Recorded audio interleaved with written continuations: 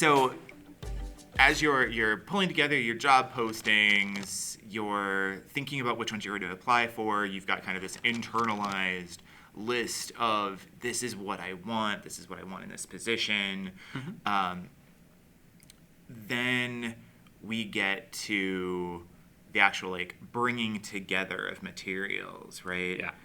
And something that I don't know how you feel about this, but like I was told repeatedly, like every packet needs to be built from scratch, like it's a cake and it's their birthday, and there's no way. No, like, there's no way to make. Let's say you get to 10, which is a great job market. It's a delightful You job cannot market. write 10 separate letters, partially because it's too much work. So going back to your time, but partially because you're still you. You care about the same things, and you don't want to, and this is part of what's implied there, is you have to be a different person in each job. You can't be a different person, and you don't want to apply to jobs that you're going to be unhappy doing.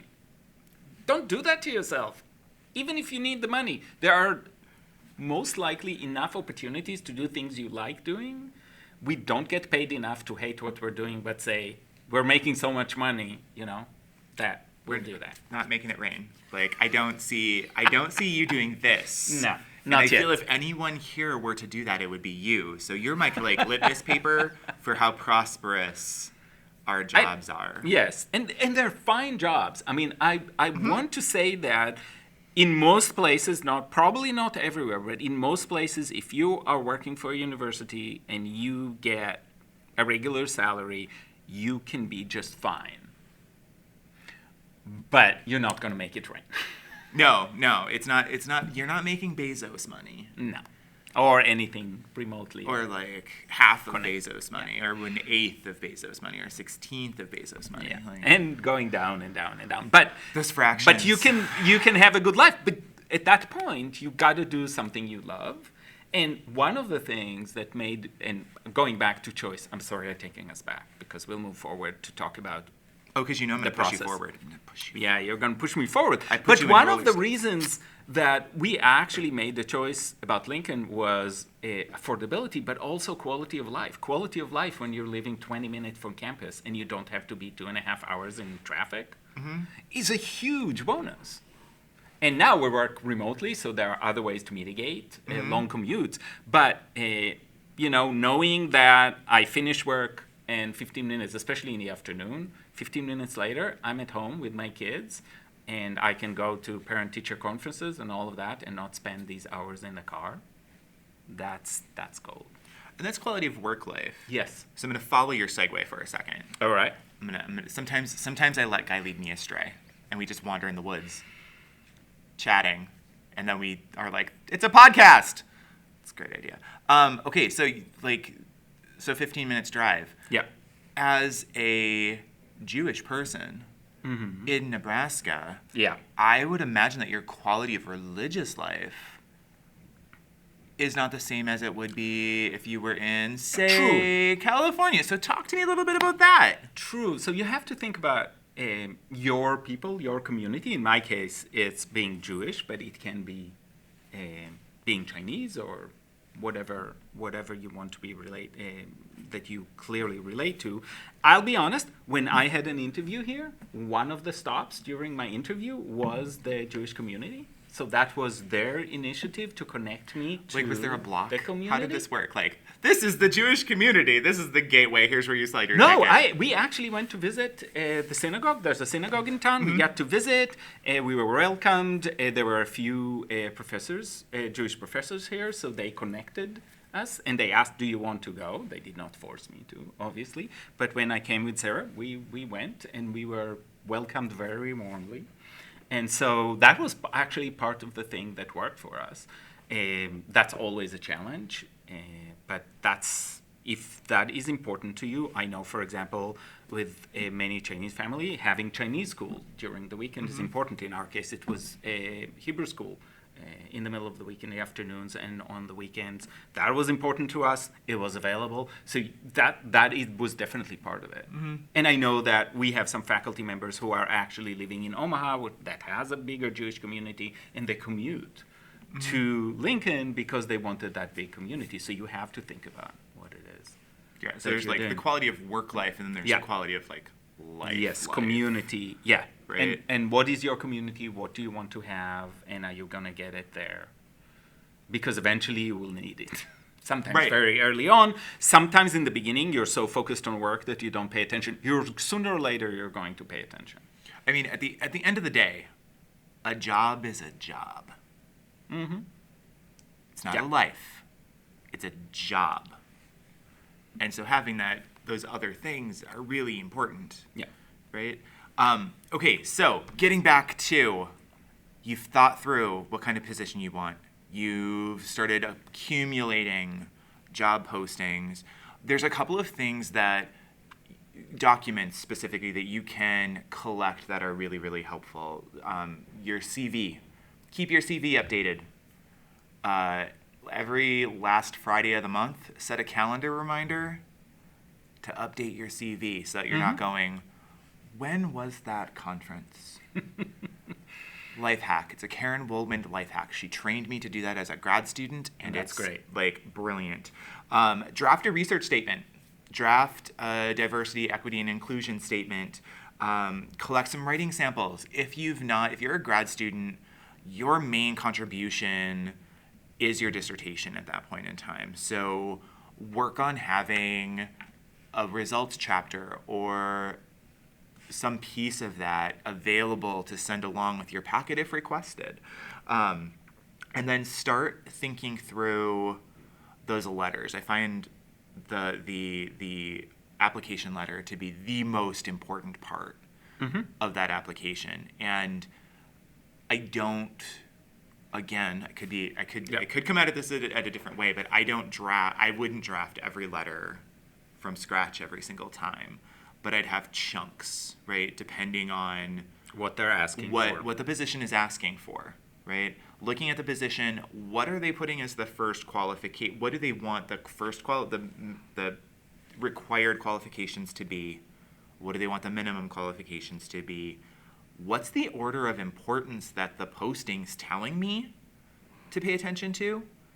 And then I draft chunks around my research agenda, my research projects, my teaching, my service to the profession, et cetera, that allow me to place those within a letter, write the connective tissue, and then send them out.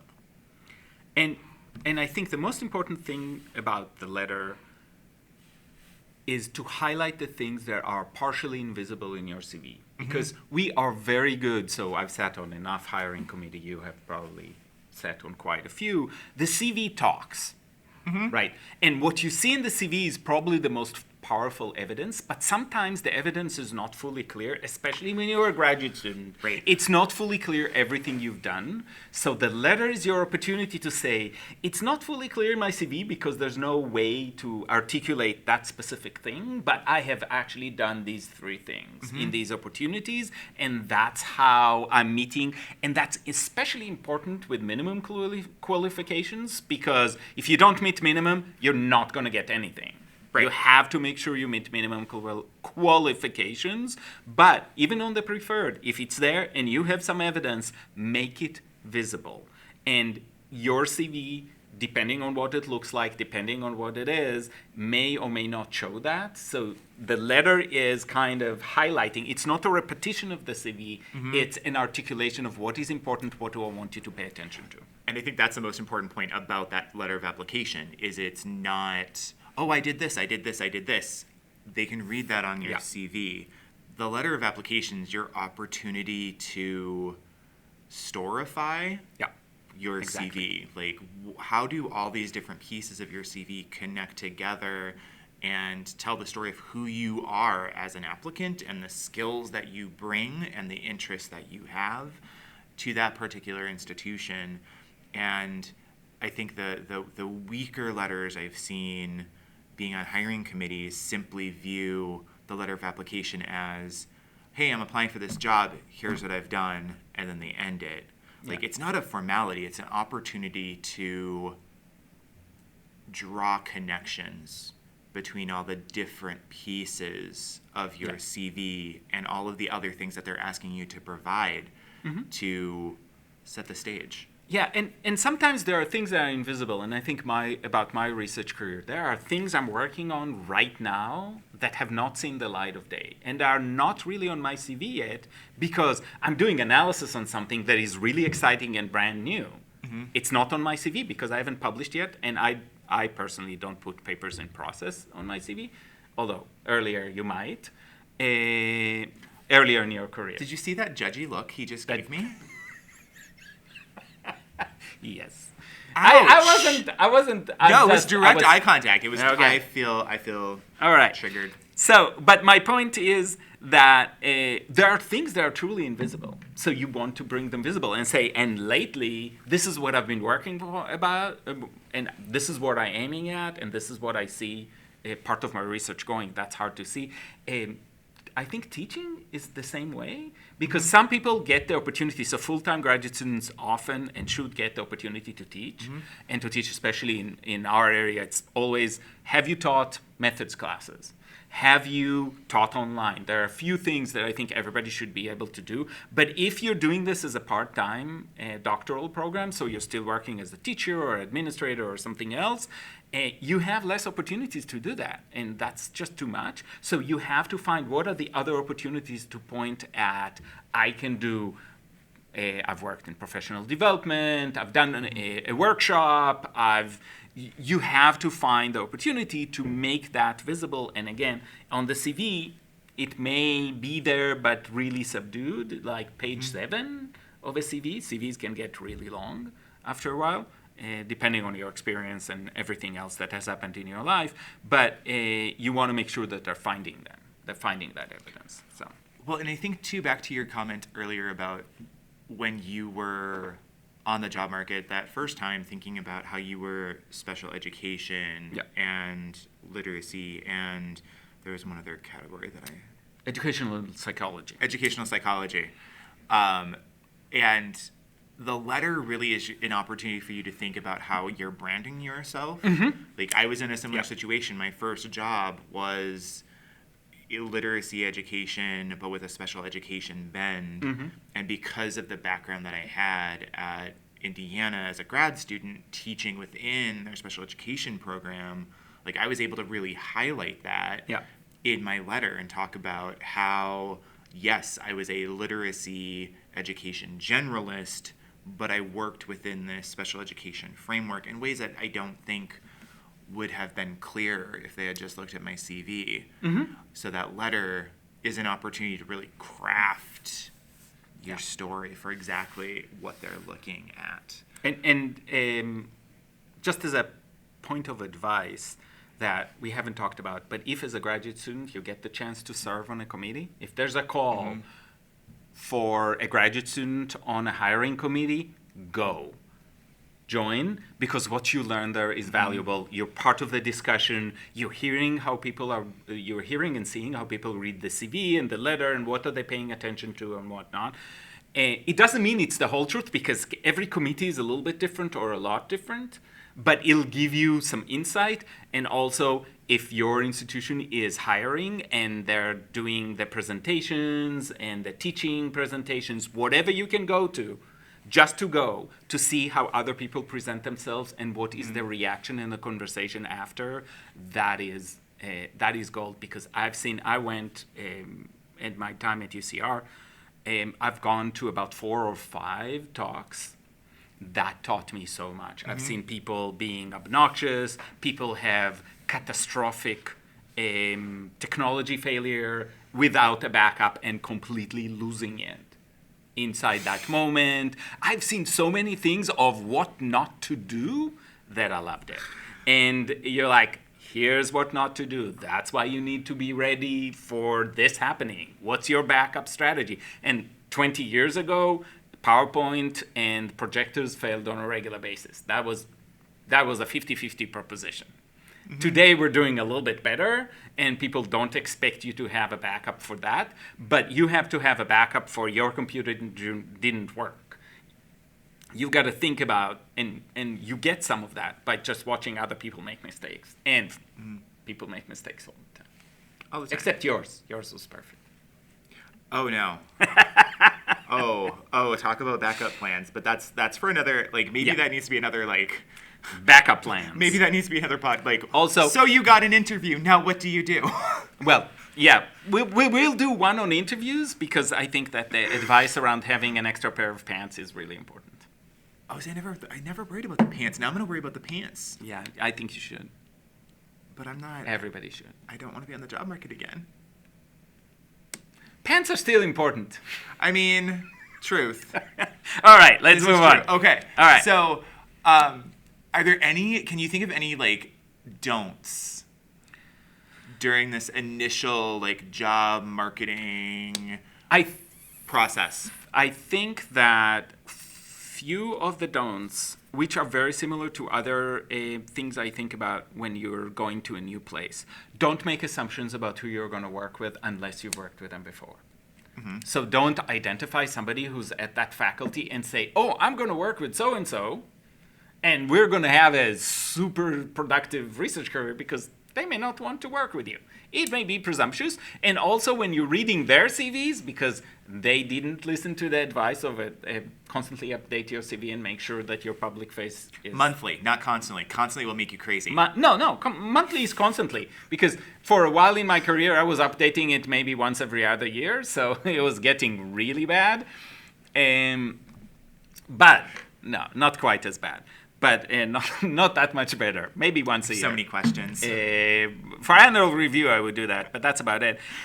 But you don't want to make assumptions about people you're not already working with. So I could make assumptions about working with Kathy Wilson because she was here, and we were already in the middle of writing 3 pieces together. So I knew that was somebody I could work with. But with other people, you can speculate, you can suggest that there might be an opportunity, but don't make decisions for other people because that's going to probably be ill-received.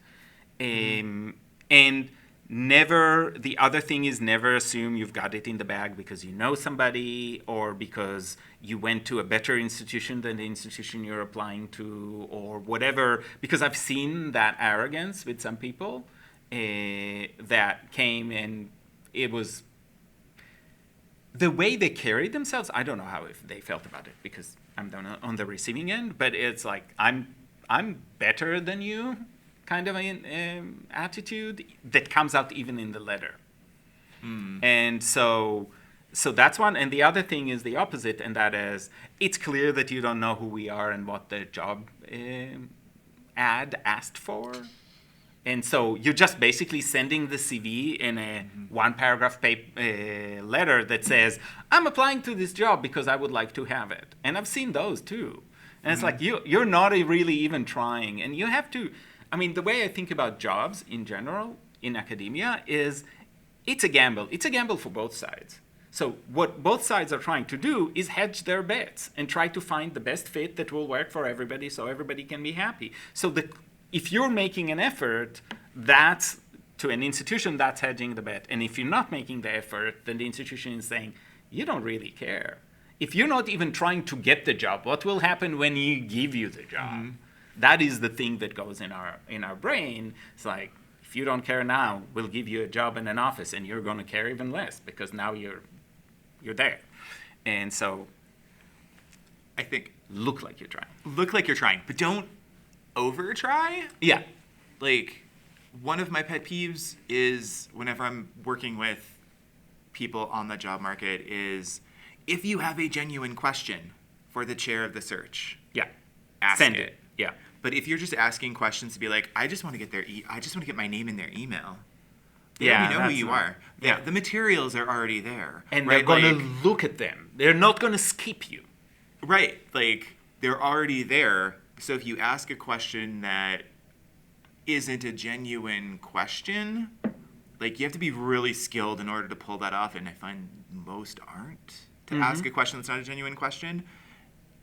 And that becomes like, interesting that they not read the job posting. So it actually has kind of an opposite effect. Yeah. Right? Like, this applicant hasn't actually like thought about or read this job posting.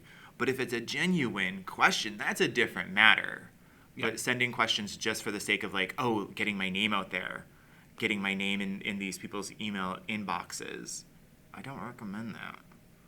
Just to get your name out, definitely not. And also, things that end up in people's inboxes will not be considered part of the package. So Right. if you have something to include it in the formal application, because external materials are usually at least frowned upon, if not outright, we're going to ignore that. Right. Because you sent it this way. Unless they explicitly said, sometimes a posting said, please send this piece directly to the person who's running the search. That does happen. Listen to, that goes back to read carefully. Mm-hmm. And What they want, where they want it sent, what are all the details, set up a spreadsheet.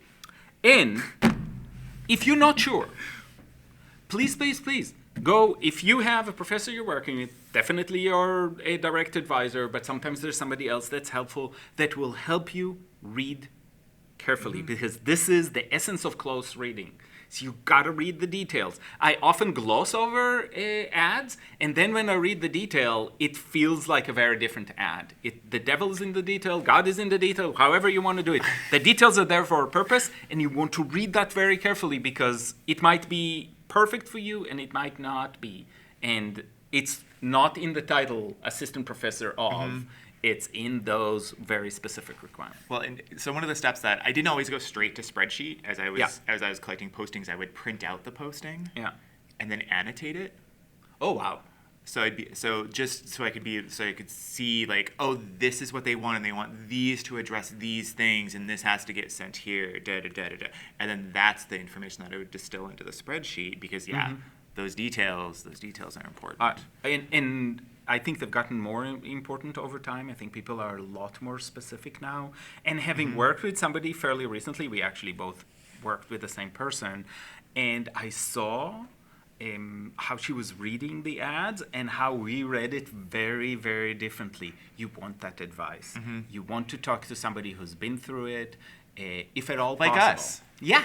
Send us an email. Oh, maybe not. No, send questions. Send questions. We're happy to answer. But yeah, that close reading is really critical. And reading it with somebody else, even somebody else who's in the search process, helps you identify the nuggets you skipped over. And I think that's one of the traps of all the online materials is it's harder to annotate and it's easier to just dump things because that's how we read online, I would argue. And so printing out might be a really good strategy, or doing a close reading with somebody. I actually read it to myself out loud as a strategy to slow Very down. E.B. White of you. Yeah. Very E.B. White. Well, so, okay, in this episode, we worked to kind of demystify the beginning parts of the job market. There's lots of other pieces to it. Yeah. Like what happens if you get some interest? What goes on there? But hopefully, what we hoped to do was to provide some clarity around thinking about what is it exactly that you want in your job after graduate school. Where do you find jobs? What are some strategies for that? And then how do you organize those materials? How do you think about getting them sent in? And so hopefully this has been helpful.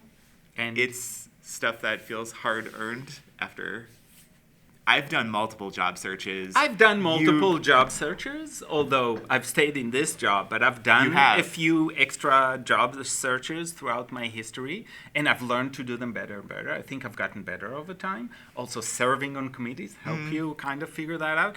And I do want to say, we'll do other episodes about what happens before, because you can build up to this. As I've kept saying, there are building blocks you put out earlier that will help you during the job search. And then, obviously, and you alluded to this, we're going to also talk about what happens if you get a phone interview. What is that all about, and what can you do about it? A Zoom interview. And how to prepare for the 2-day or a day and a half or whatever your interview time is if you actually get to go on a campus visit. And so we'll do those as well, because that is part of making it happen. This process, getting all organized and getting everything sent, is so you will get enough interest so that you will get called on the phone or to the campus. But then you have a big task of nailing that, because your file can look great, but if you do not do well on that visit or even on a phone interview, that's usually the end of that. No pressure. The work with that institution. No pressure. Lots of pressure. So much pressure. But hopefully this has helped relieve some of that pressure. Like if you set up some systems that work for you, that actually align with like who you want to be as an academic, it will make it a little bit easier maybe. But even if after all of that, you're experiencing some heart palpitations, maybe some shortness of breath, don't talk to us. Call your GP, your general practitioner, because we're not that kind of doctor.